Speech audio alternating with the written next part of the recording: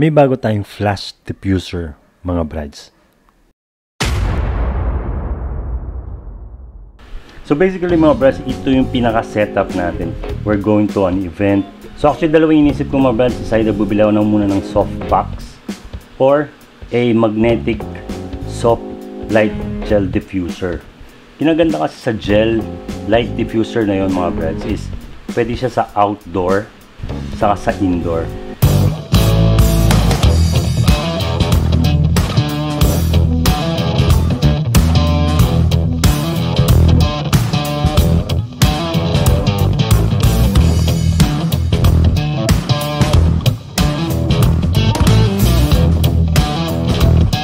Ito na yung binili natin sa Lazada, is Celens Light Peer Flash Diffuser, or yung parang mug gel siya. Silicone type siya. Kinaganda nito is nag-i-spread yung light pero mas soft siya compare by using this. Unbox natin ito mga brads. Excited akong gamitin to. This is a Celens, one of the manufacturing, this company is nagmamanufacture ng mga gamit for flash and camera equipments, accessories. So it comes with the case. So ito yung pinaka mug gel. Buksan natin. Malambot na malambot to, and this one is magnetic siya. Yan yung lalagay natin sa flash. So nag-spread niya yung light once pinap mo yung flash natin.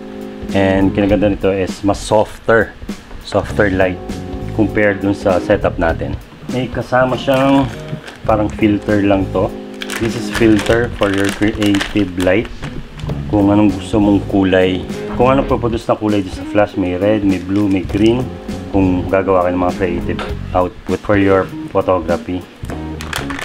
Then meron siyang dalawang. Ito is magnetic din siya. Ito yung lalagay mo dito, pinaka-cover niya to. Ito yung lagyanan niya, and this is the support. This is a rubber extended, no? Na-extend siya para doon sa flash natin. Try natin. So lalagay lang natin dito, medyo debend natin. Kung ito yung gagamitin mo mga brads, medyo baba mo ng konti para pumasok yung gel type. So magnetic siya. Ito yung itsura niya mga brads. So medyo bibigat yung flash mo, saka yung siyempre pag nakapasok yan sa, pag naka-attach yan sa camera, medyo bibigat talaga siya. Try natin.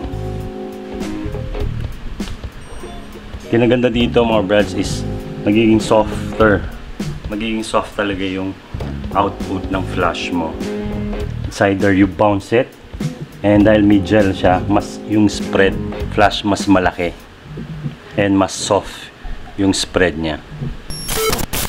So basically yan yung pinakabagong setup natin, and try natin naman yung gusto mong ibang yung kulay ng flash mo. This is for a creative output or shots. So lalagay lang natin dito, pasok lang natin dito. Then angat natin muna to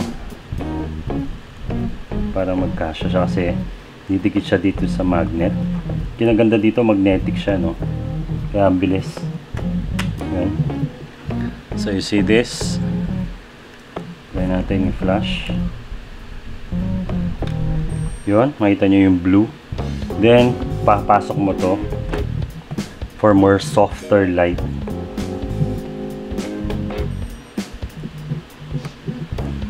So yan mga brads, ito yung pinaka-setup natin for our flash and for our events.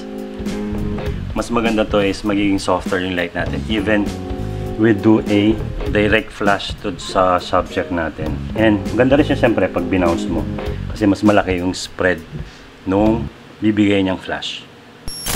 For our next vlog mga brads, pakita ko sa inyo yung output by using this diffuser na gel type, saka itong, hindi ko alam ang tawag dito eh, basta diffuser na plastic na to. Yung output nito pakikita ko sa inyo, and by using yung gel type natin. By the way, this is from Lazada. Binili natin siya overseas. From China, galing sa China. It's only 1.3 for all of this equipment na malaking bagay na mga gamit nyo. Food to diffuse, to soften yung mga output natin para maging soft yung light output natin sa mga event.